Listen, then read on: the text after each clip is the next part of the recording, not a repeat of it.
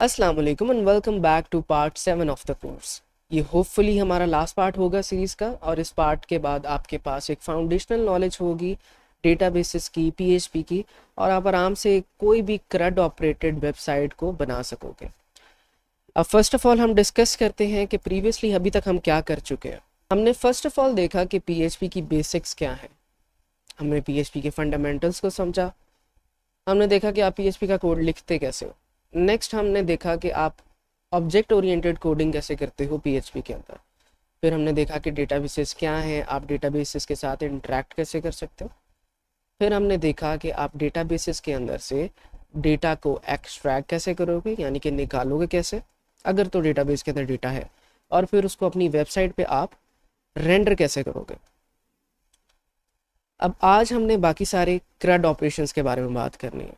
CRUD operations क्या है? Create, read, update, delete. अभी तक हम रीड का पार्ट कर चुके हैं। हमने डेटाबेस के अंदर से अगर डेटा था उसको रीड किया और उसको रेंडर कर दिया वेबसाइट पे। अब हमने बात करनी है आज कि आप डेटाबेस के अंदर डेटा को क्रिएट कैसे कर सकते हो वेबसाइट के ऊपर से। उसके बाद वेबसाइट से ही आप डेटा को अपडेट कैसे कर सकते हो और डिलीट कैसे कर सकते हो। आप इसको ये समझ सकते हो कि अगर आपने व्हाट्सएप की, आपके पास ऐप है, उसको आपने ओपन किया है, तो जो भी आपको मैसेजेस शो हो रहे हैं ये आपका डेटा आप रीड कर रहे हो। उसके बाद जब आप मैसेज सेंड करते हो तो आप एक डेटा क्रिएट कर रहे हो। मैसेज को अगर आप एडिट करते हो तो आप डेटा को अपडेट कर रहे हो, और अगर मैसेज को आप डिलीट फॉर एवरीवन करते हो तो आप बेसिकली डेटाबेस के अंदर से वो मैसेज को डिलीट कर रहे हो। ठीक है, अगर आप डिलीट फॉर मी करते हो तो वो आपके लोकल स्टोरेज से डिलीट होता है, माइंड दैट। अब हम अपने VS कोड के ऊपर आते हैं। अब फर्स्ट ऑफ ऑल हमने करना क्या है, हम क्रिएट करेंगे डेटा को। अभी तक जो हमने पेजेस बनाए हैं, हमारे पास एक नोट्स का पेज है जहाँ पे हमारे पास सारे नोट्स अवेलेबल होते हैं। उनमें से किसी भी एक नोट पे अगर मैं क्लिक करता हूँ तो मुझे उस नोट की स्पेसिफिक डिटेल्स आ जाती हैं। नोट और नोट्स, ये दो पेज हमारे पास अवेलेबल है। हम यहाँ पे क्यों ना एक लिंक बनाएं क्रिएट अ नोट की, जो बेसिकली जाए आपके क्रिएट पेज पे, और यहाँ पे हमारे पास एक फॉर्म हो जिसके नीचे एक बटन हो क्रिएट का। इसमें जो भी चीज़ हम लिखेंगे वो हमारा नोट होगा, यानी कि नोट की बॉडी होगी या डेटा होगा। जैसे ही हम क्रिएट पे अगर क्लिक करते हैं तो वो उस बॉडी को कैप्चर करके हमारे नोट को क्रिएट कर देता है। अब फर्स्ट ऑफ ऑल तो हम अपने टेबल प्लस को ओपन करते हैं, देखते हैं दोबारा से कि हमारे पास हमारे डेटाबेस के अंदर डेटा क्या क्या है।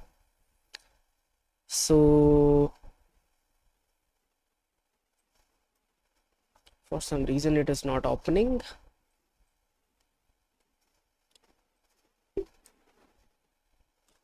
कैमरा XAMPP कनेक्टेड है।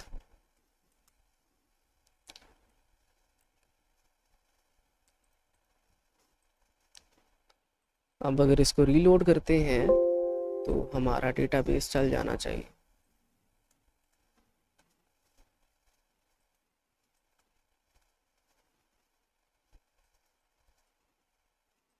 राइट, तो हमारे पास यहाँ पे 3 नोट्स हैं। उसकी एक नोट की हमारे पास जो टेबल है उसके अंदर हमारा स्ट्रक्चर क्या है कि हमारे नोट की कोई ना कोई डिस्क्रिप्शन है, आईडी हमारी ऑटोमेटिकली आ जाती है, नोट की कोई ना कोई यूज़र आईडी है। ये यूज़र आईडी तो डिसाइड करेगा आपका कि कौन सा यूज़र लॉग्ड इन है।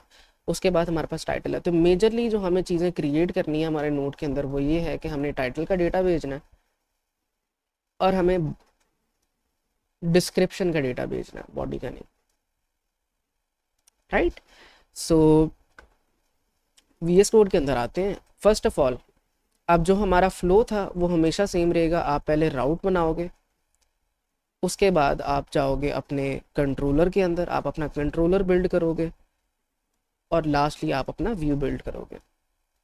अब अभी हम क्या चाह रहे हैं, अभी हम सिंपली चाह रहे हैं, फर्स्ट ऑफ ऑल यहाँ पे अपने लोकल को ओपन कर लेते हैं। हम चाह रहे हैं कि नोट/क्रिएट का एक पाथ हो जहाँ पे क्लिक करने से हमारा वो फॉर्म ओपन हो जाए। Right, so first of all आप क्या करोगे, नोट/क्रिएट का एक पाथ बिल्ड करोगे, और आप कहोगे कि अगर यूज़र इस राउट पे जाता है, इस पाथ पे जाता है, तो आपने उसको ये कंट्रोलर रिक्वायर करके देना है, controllers note create dot php, right. अब हम अपने आते हैं नोट्स के अंदर, और यहाँ पे मैंने एक लिंक क्रिएट कर लिया है पहले से।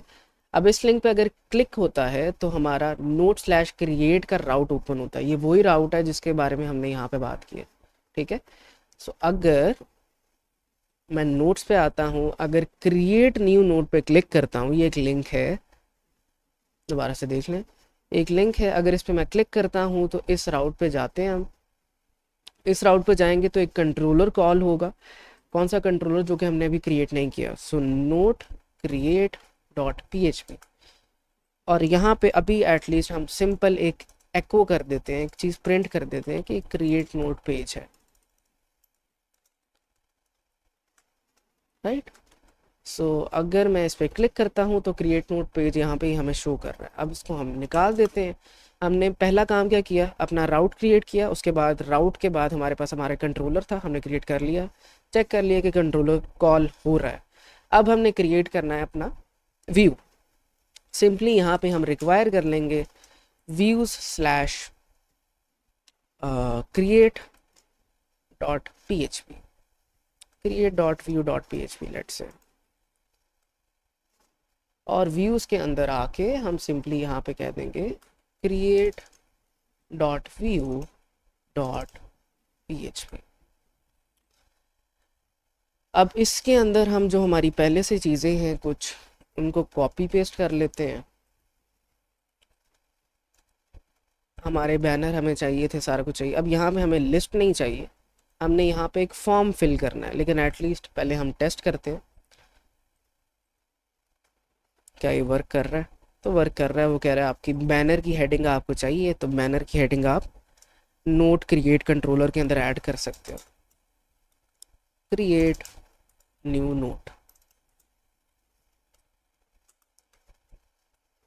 राइट।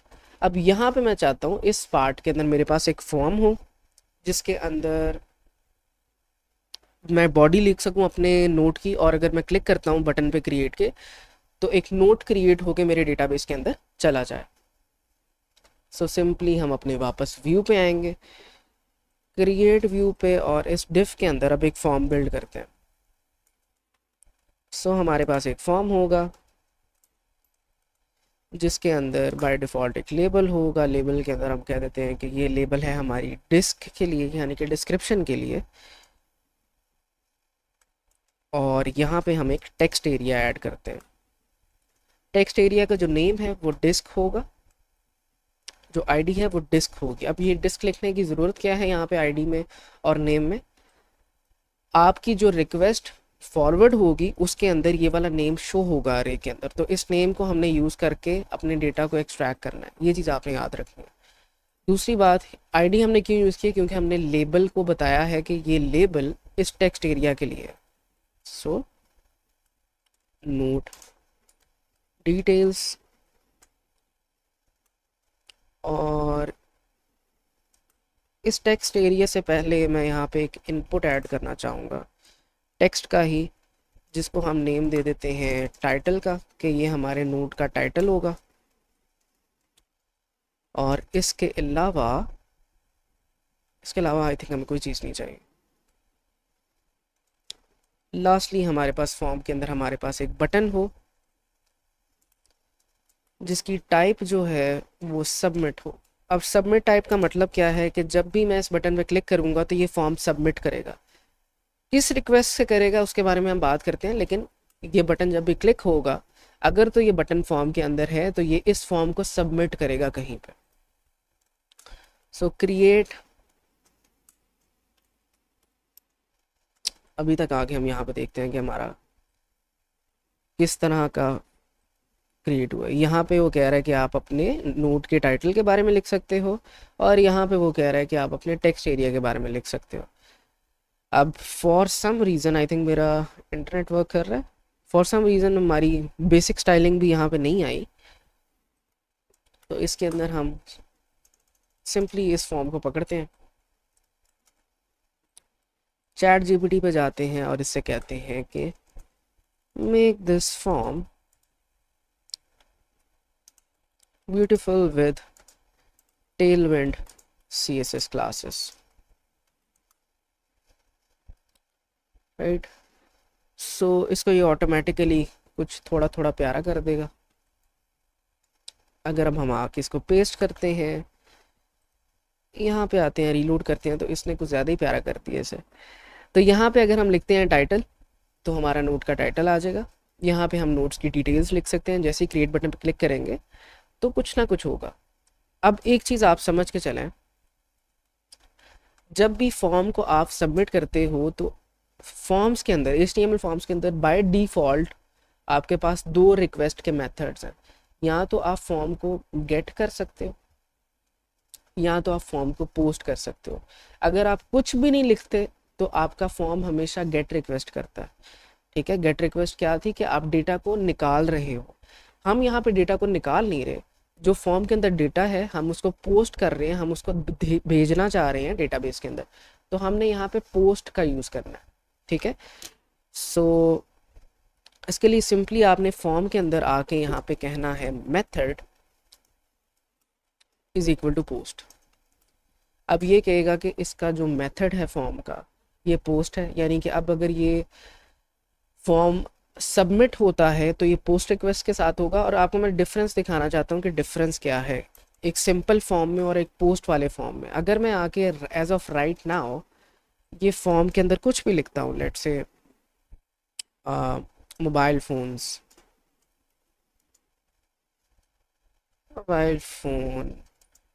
आर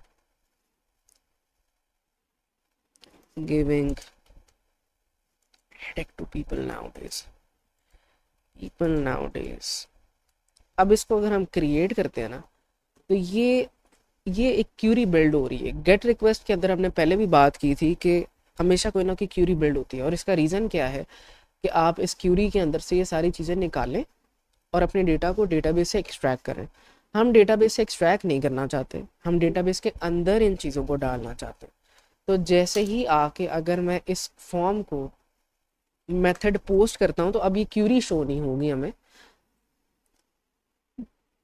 सो दोबारा से आते हैं, note slash create mobile phones should not be given to children under 18 years of age। अगर अब इसको हम क्रिएट करते हैं, अब हमारी रिक्वेस्ट है पोस्ट, तो पेज हमारा रीलोड हुआ है, हमारी एप्लीकेशन रीलोड हुई है, लेकिन कोई क्यूरी नहीं आई।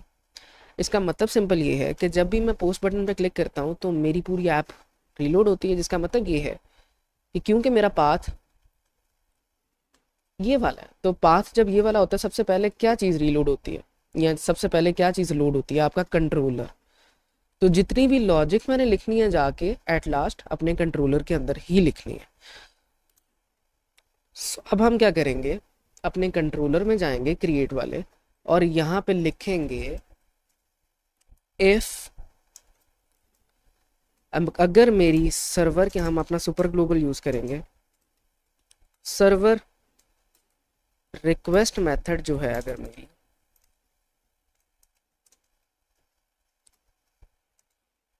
अगर ये पोस्ट के इक्वल है, जो कि है, अब हमने सिंपली यहाँ पे आके लिख दिया है कि अगर हमारा रिक्वेस्ट मेथड पोस्ट है तो आप डंप कर दो इस टेक्स्ट को, यानी कि आपने ये वाला टेक्स्ट को शो करना है।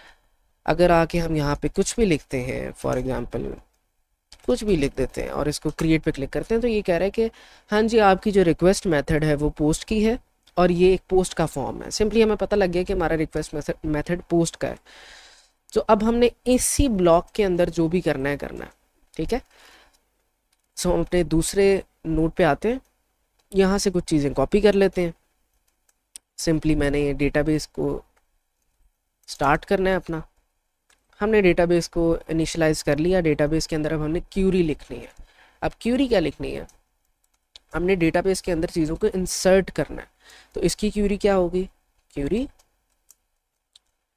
इंसर्ट इनटू नोट्स, इंसर्ट करो नोट्स के टेबल के अंदर अब यहाँ पे मैंने वैल्यूज़ अपने एट्रीब्यूट्स बताने हैं कि मैंने कौन कौन से एट्रीब्यूट्स के अंदर इंसर्ट करना है। सो मैंने यहाँ पे इंसर्ट करना है अपना टाइटल को, मैंने इंसर्ट करना है अपना यूज़र आईडी को, और लास्टली मैंने इंसर्ट करना है अपने डिस्क्रिप्शन को। फिर इसके बाद हम लिखते हैं वैल्यूज़, कि इनकी वैल्यूज़ क्या होंगी, और अगेन हमने यहाँ पे सिंपली लिख देना है टाइटल की वैल्यू टाइटल होगी, जो यूज़र आईडी होगी उसकी वैल्यू यूज़र आईडी होगी, और सबसे पहले आपने कॉलन लाजमी लगाना, और जो हमारी डिस्क्रिप्शन होगी उसकी वैल्यू डिस्क्रिप्शन की होगी। अब ये यहाँ पे हमारा क्यूरी कंप्लीट हो गया। अब हमने अपनी क्यूरी को जो वैल्यूज़ देनी है अरे के ज़रिए वो देनी है, तो यहाँ पे कॉमा लगाएंगे। अपनी सेकंड पैराम अरे के बारे में आते हैं।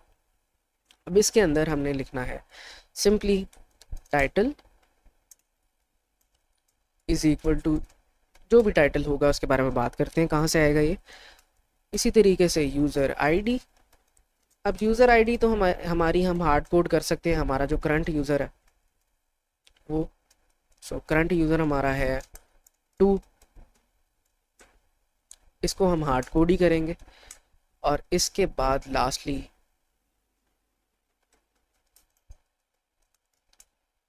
आपकी डिस्क्रिप्शन, ये भी किसी ना किसी चीज़ के इक्वल होगी। अब इनकी वैल्यूज़ टाइटल की और डिस्क्रिप्शन की कहाँ से आनी है इसके बारे में बात करते हैं। अब जैसे हम डेटा को एक्सट्रैक्ट करते थे तो हमारे पास एक गेट सुपर ग्लोबल होता था। जब हम डेटा को एक्सट्रैक्ट कर रहे होते थे ना तो हमारे पास एक गेट सुपर ग्लोबल होता था, जिसके अंदर से हमारे पास एक अरे मिलती थी, जो क्यूरी के अंदर सारे वेरिएबल्स होते थे, उनकी वैल्यूज़ होती थी, वो हम निकाल सकते थे। इसी तरह हमारे पास एक दूसरा सुपर ग्लोबल होता है पोस्ट नाम का। अब जब भी आपकी रिक्वेस्ट पोस्ट होगी, ये अरे के अंदर उस सारी पोस्ट का डेटा होगा, फॉर्म का या जो भी चीज़ें होंगी पोस्ट के अंदर। सो सिंपली हम इसको अगर रीलोड करते हैं और अपने कोड के अंदर आके सबसे ऊपर अगर मैं डंप करता हूँ इस वेरिएबल को, पोस्ट वेरिएबल को अगर हम डंप करते हैं और यहाँ पे कुछ भी ऐड करते हैं, मोबाइल ऐड कर लेते हैं और डेंजरस ऐड कर लेते हैं। अब हमारा जो नोट टाइटल है उसका नेम क्या था, इस इनपुट का नेम था हमारे पास टाइटल। अब जो भी आपके नेम होंगे ना वो इस अरे के बेसिकली की वैल्यूज़ बनेगी, ठीक है। अब इस इनपुट का नेम जो है वो टाइटल है, इस टाइटल के अंदर जो भी वैल्यू होगी वो जाके वहाँ अरे में फिक्स हो जाएगी। इसी तरीके से हमारे पास टेक्स्ट एरिया का जो नेम है वो डिस्क्रिप्शन है, और डिस्क्रिप्शन के अंदर जो भी वैल्यू आप ऐड करोगे वो इस डिस्क्रिप्शन की वैल्यू होगी उस अरे के अंदर। अब जैसे ही मैं इसको पोस्ट करता हूँ तो हमारे पास पोस्ट एक अरे है जिसकी एक की है टाइटल, एक की है डिस्क्रिप्शन, और उनकी वैल्यूज़ क्या है जो भी मैंने इनपुट के अंदर ऐड की थी। अब इन वैल्यूज़ का हमने यूज़ करना है। हमने सिंपली कह देना है जो पोस्ट के अंदर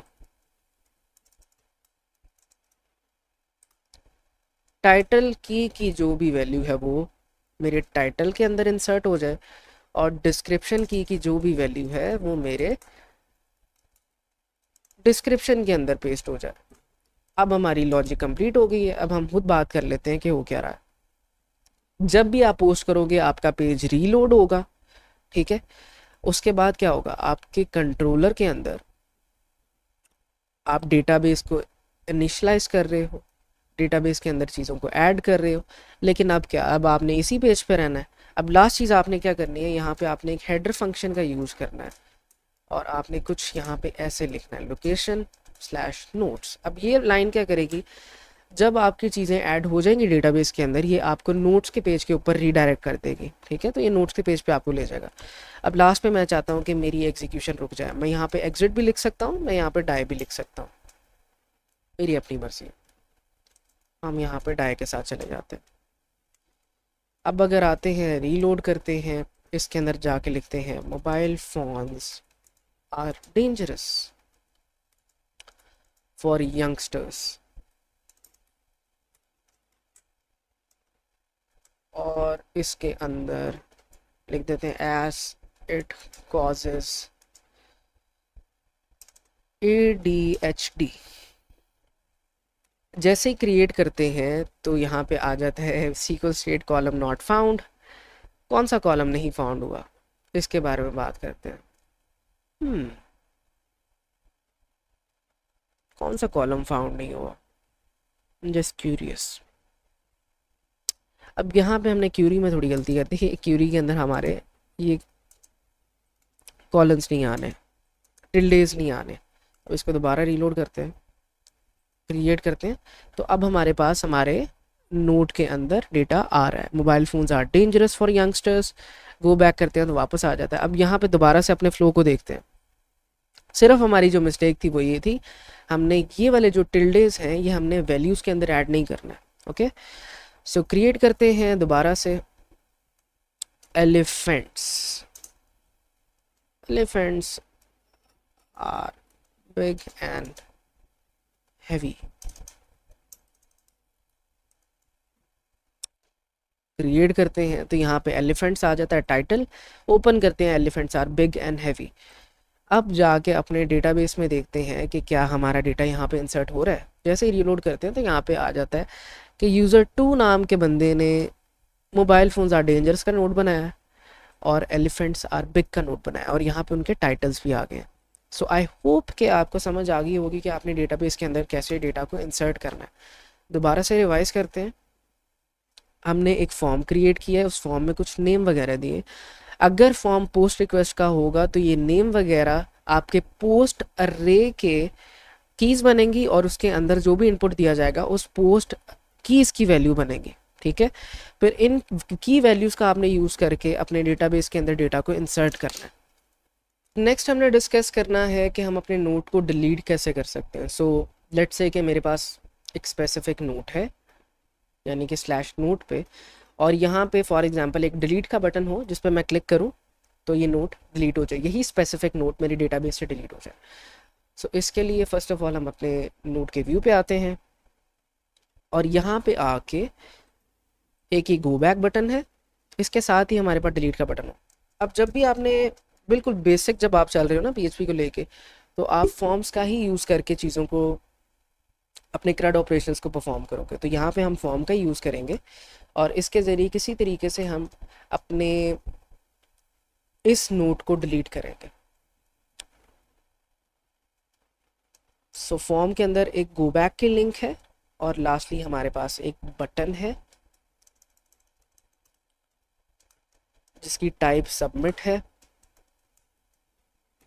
और उस बटन के अंदर लिखा हुआ है डिलीट। राइट, अब इसको थोड़ा सा स्टाइल कर लेते हैं, हम कह देते हैं टेक्स्ट रेड 500। राइट, अब ये फॉर्म हमने जिस तरह बात की, हमारे पास फॉर्म की सिर्फ 2 रिक्वेस्ट टाइप्स होती हैं, पोस्ट और गेट। गेट हम नहीं करना चाहते, हम कोई ना कोई रिक्वेस्ट को भेजना चाह रहे हैं, डेटाबेस को कुछ बताना चाह रहे हैं। ठीक है, अब डिलीट अपडेट के अंदर या क्रिएट के अंदर, तीनों के अंदर हम पोस्ट का ही यूज़ करेंगे, लेकिन हमने डिलीट और अपडेट के अंदर अपनी पोस्ट की रिक्वेस्ट को कुछ किसी तरीके से मैनिपुलेट करना है कि वो डिलीट कर दे हमारे नोट को। सो यहाँ पे हम मेथड का यूज़ करेंगे पोस्ट ही। यहाँ पे मैं एक इनपुट ऐड करना चाहूँगा, हिडन इनपुट, तो टाइप उसकी हिडन होगी और यहाँ पे मैं कुछ इस तरह का काम करूँगा कि इस इनपुट का जो नेम होगा वो मेथड होगा और इस इनपुट की जो वैल्यू होगी वो होगी डिलीट। अब जब ये वाला इनपुट जाएगा, यानी कि ये मेथड नेम जाएगा मेरे पोस्ट वेरिएबल के अंदर, तो मैं कंडीशनली अपने कंट्रोलर को बता सकता हूँ कि अगर मेरा ये मेथड का वैल्यू डिलीट है तो मेरे डेटाबेस से उस चीज़ को डिलीट कर दो सिंपली। ठीक है, सो वापस आते हैं। अब जब मैं इसको पोस्ट करूँगा तो कौन सा कंट्रोलर रीलोड होगा, हम नोट के व्यू में है तो नोट का कंट्रोलर रीलोड होगा। अब सबसे ऊपर आके इस डेटाबेस की लाइन से नीचे हम कह देते हैं इफ़, वही ऊपर वाली लाइन हमने कॉपी करनी है,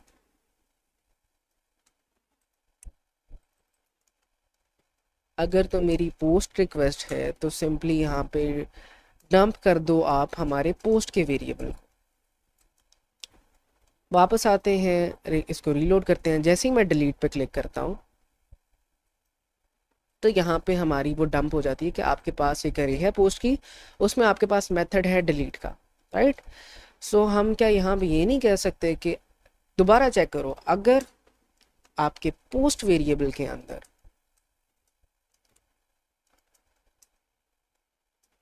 जो अंडरस्कोर मेथड नाम की चीज़ है अगर वो डिलीट के इक्वल है, तो आप सिंपली क्या करो, आप नोड को डिलीट कर दो, राइट। आपने डेटाबेस को इंस्टेंशिएट किया हुआ है, अब यहाँ पे आप डिलीशन की क्यूरी डालेंगे। So DB query again delete from क्या, नोट्स। आप नोट्स के टेबल से डिलीट करो,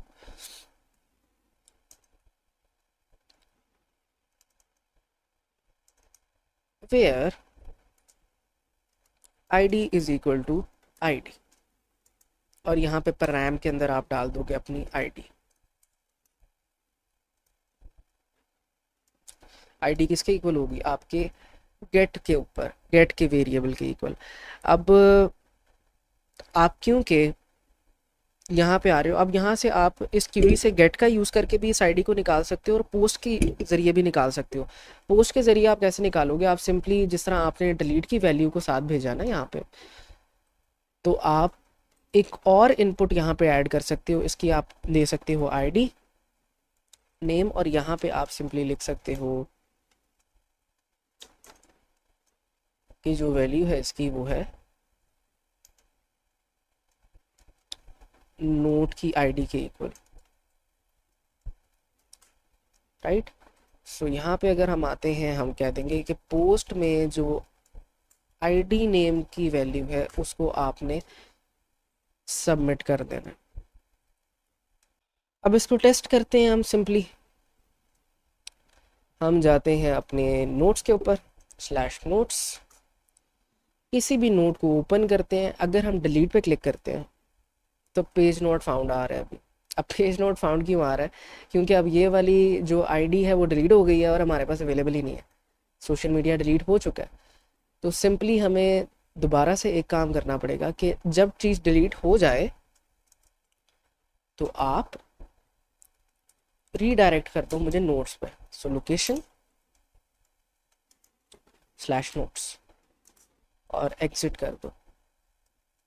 अब दोबारा अगर आते हैं नोट्स पे, फ़ोन आर डेंजरस, डिलीट करते हैं, वो डिलीट हो गया और हमारे नोट्स पे वो वापस आ गया। अब डेटाबेस पे जाते हैं, अपनी रीलोड करते हैं। अभी हमारे पास लेट से हम ये वाला डिलीट करते हैं, we should only consume data, right. So कौन सा था, डेटा कंजम्पशन, लेकिन ये 3 ने की हुई है। यंग पीपल डू एक्सरसाइज ये वाली कर देते हैं। सो वाई एक्सरसाइज इम्पॉर्टेंट, अगर इसको हम डिलीट करते हैं तो यहाँ पे आते हैं तो वो हमें नज़र नहीं आ रहा, डेटाबेस के अंदर जाते हैं तो वो यहाँ से डिलीट हो चुका है। अब लास्ट हमारे पास चीज़ रह गई है अपडेट की। नेक्स्ट एपिसोड में हम देखते हैं कि आप अपने डेटा को, अपने नोट को अपडेट कैसे कर सकते हो, यानी कि अगर पहले से आपके पास नोट लिखा हुआ है तो उसको आप एडिट कैसे कर सकते हो। अब लास्टली हम डिस्कस करते हैं कि हमारे पास अगर पहले से कोई नोट अवेलेबल है और हम उसके अंदर कुछ चेंजेस परफॉर्म करके उस नोट को अपडेट करना चाहते हैं, एडिट करना चाहते हैं, तो वो हम कैसे करेंगे। अब मान के चलते हैं कि हमारे पास यहाँ पे एक एडिट का बटन हो जो इस स्पेसिफिक नोट को एडिट कर दे। तो हम अपने नोट के व्यू के अंदर जाते हैं, इस फॉर्म के बाद मैं यहाँ पे एक एंकर टैग ऐड कर रहा हूँ एडिट नाम का। अब अगर इस पर क्लिक होता है तो मैं चाहता हूँ कि मेरे पास कुछ इस तरह के पाथ पे जाया जाए, राइट। सो एडिट पे अगर क्लिक होता है तो नोट स्लैश एडिट पे जाओ और मुझे उस जो भी नोट है उसकी आईडी भी दो। सो हमारे पास क्योंकि अब ये पेज नहीं है, पेज बनाने के लिए हम क्या करेंगे, हम राउट पे जाएंगे, राउट क्रिएट करेंगे नोट स्लैश एडिट, फिर कंट्रोलर क्रिएट करेंगे नोट एडिट डॉट php, और यहाँ पे आके पहले सिंपली एको करके देख लेते हैं, एको एडिट।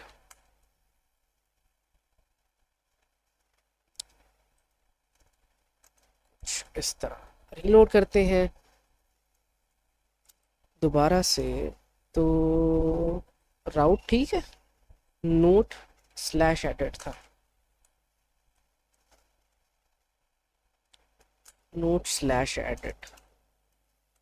अब अगर रीलोड करेंगे तो हमारे पास हमारा कंट्रोलर शो हो रहा है। उसके बाद अब हमने क्या करना है, अपना व्यू क्रिएट करते हैं, require views slash edit dot php, edit dot view dot php।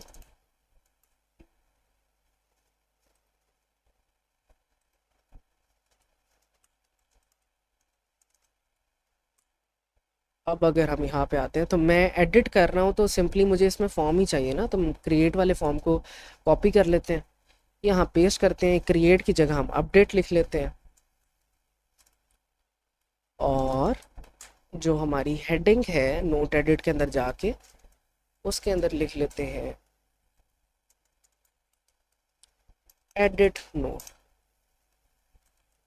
वापस आते हैं तो यहाँ पे एडिट नोट आ रहा है, वो कह रहा है नोट का टाइटल और डिटेल्स। अब क्योंकि मेरे पास नोट की आईडी अवेलेबल है जो कि हमने अपने लिंक में पास की थी, तो मैं यहाँ से अपने नोट की डिटेल्स को निकाल सकता हूँ। अब वो मैं कैसे निकालूंगा, ये उसी सूरत आ सकती है कि मेरे एडिट कंट्रोलर के अंदर मैं नोट को एक्सट्रैक्ट कर लूँ। तो मैं कैसे करूँगा, सिंपली नोट के अंदर जाके हम अपनी सारी इस चीज़ को कॉपी करते हैं,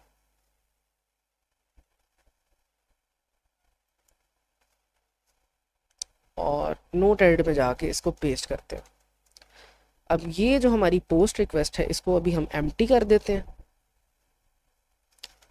और सिर्फ हमने यहाँ पे बात करी, हम डेटाबेस को इनिशियलाइज कर रहे हैं, आईडी जो है हमारे पास उसको पकड़ रहे हैं, क्यूरी करके उस आईडी को निकाल रहे हैं और नोट को पास कर रहे हैं अपने व्यू पे, राइट। सो जैसे ही हम इसको अब रीलोड करेंगे तो हमारे पास अब नोट का एक्सेस होगा हमारे व्यू के अंदर। एडिट पे आएंगे, मैं अब अपने जो हमारा ये वाला टाइटल है इसकी वैल्यू को इक्वल कर दूंगा सिंपली हमारे नोट की वैल्यू के, नोट के टाइटल की वैल्यू पे, और इसके टेक्स्ट को इक्वल कर देंगे हम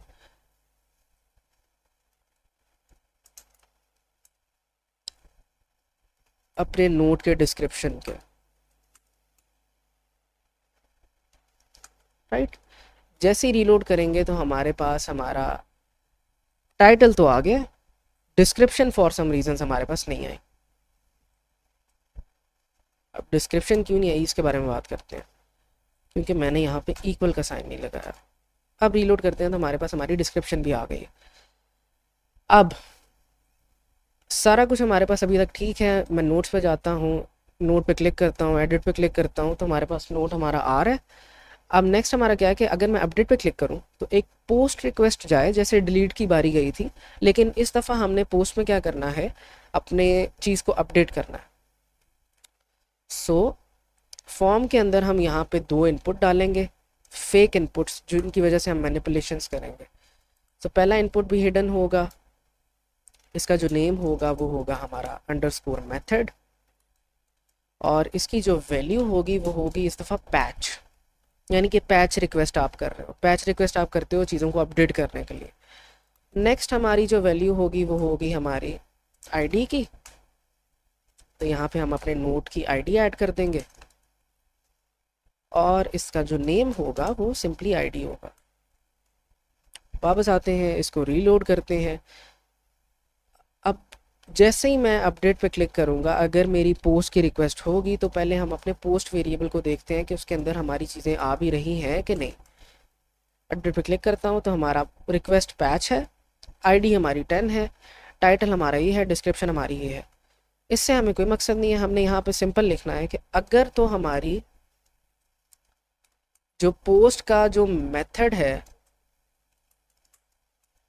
उसकी वैल्यू पैच के इक्वल है, तो आपने फर्दर ऑन क्या करना है, आपने फिर फर्दर ऑन सिंपली यहाँ पे डेटाबेस के अंदर क्यूरी करनी है, अपडेट की क्यूरी। अब अपडेट की क्यूरी क्या होती है कि अपडेट कर दो आप नोट्स के टेबल को, सेट कर दो आप, अभी हम सिर्फ डिस्क्रिप्शन की बात कर रहे हैं, डिस्क्रिप्शन को डिस्क्रिप्शन के इक्वल, जहाँ पे मेरी आईडी, जो भी आईडी मैं पास करूँगा उसके इक्वल हो। तो इस पैराम्स के अंदर हम अपनी वैल्यूज़ को पास कर देंगे। हम कहेंगे हमारी जो डिस्क्रिप्शन है वो इक्वल है हमारे पोस्ट वेरिएबल के अंदर जो डिस्क्रिप्शन पड़ी हुई है, और ये यहाँ पे हमने सुपर ग्लोबल के अंदर अंडरस्कोर ऐड नहीं किया। और जो हमारी आईडी है वो इक्वल है जो भी हमारे पोस्ट के अंदर आईडी हमने पास की है। और ये जो हमारी क्यूरी है हमारे नोड को अपडेट कर देगी। अब नेक्स्ट मैं क्या चाहता हूँ, मैं चाहता हूँ कि मेरा जब नोट अपडेट हो जाए तो मुझे लोकेशन चेंज हो के नोट्स पे चली जाए और मेरी एग्जीक्यूशन यहाँ पे कंप्लीट हो जाए। अब अगर आके हम इसको रीलोड करते हैं, यहाँ पे आते हैं, माइटियर्स अगेंस्ट अमेरिका, माइटियर्स लाइक अमेरिका एंड इज़राइल। जैसे ही अपडेट करते हैं हम नोट्स पे आ रहे हैं, हम पहले नोट को खोल रहे हैं तो हमारे माइटियर्स लाइक इज़राइल और अमेरिका यहाँ पे आ रहा है। अगर टेबल प्लस में जाते हैं अपनी डेटाबेस पे, यहाँ पे अभी माइटियर्स लिखा है, हमने अपडेट कर दिया है। रीलोड करते हैं तो अमेरिका एंड इज़राइल यहाँ पे आ रहा है। सो हमने अभी आज के लेक्चर के अंदर देख लिया है कि आप अपने डेटा को एक्सट्रैक्ट कैसे कर सकते हो, क्रिएट कैसे कर सकते हो, डिलीट कैसे कर सकते हो, अपडेट कैसे कर सकते हो। अब जो कुछ हमने किया है उसको एक दफ़ा टेस्ट कर लेते हैं दोबारा से। मैं नया डेटा क्रिएट करता हूँ। Mobile dangerous, disadvantages, advantages. Mobile phones are dangerous for young people as they affect their brains and give them extra non-necessary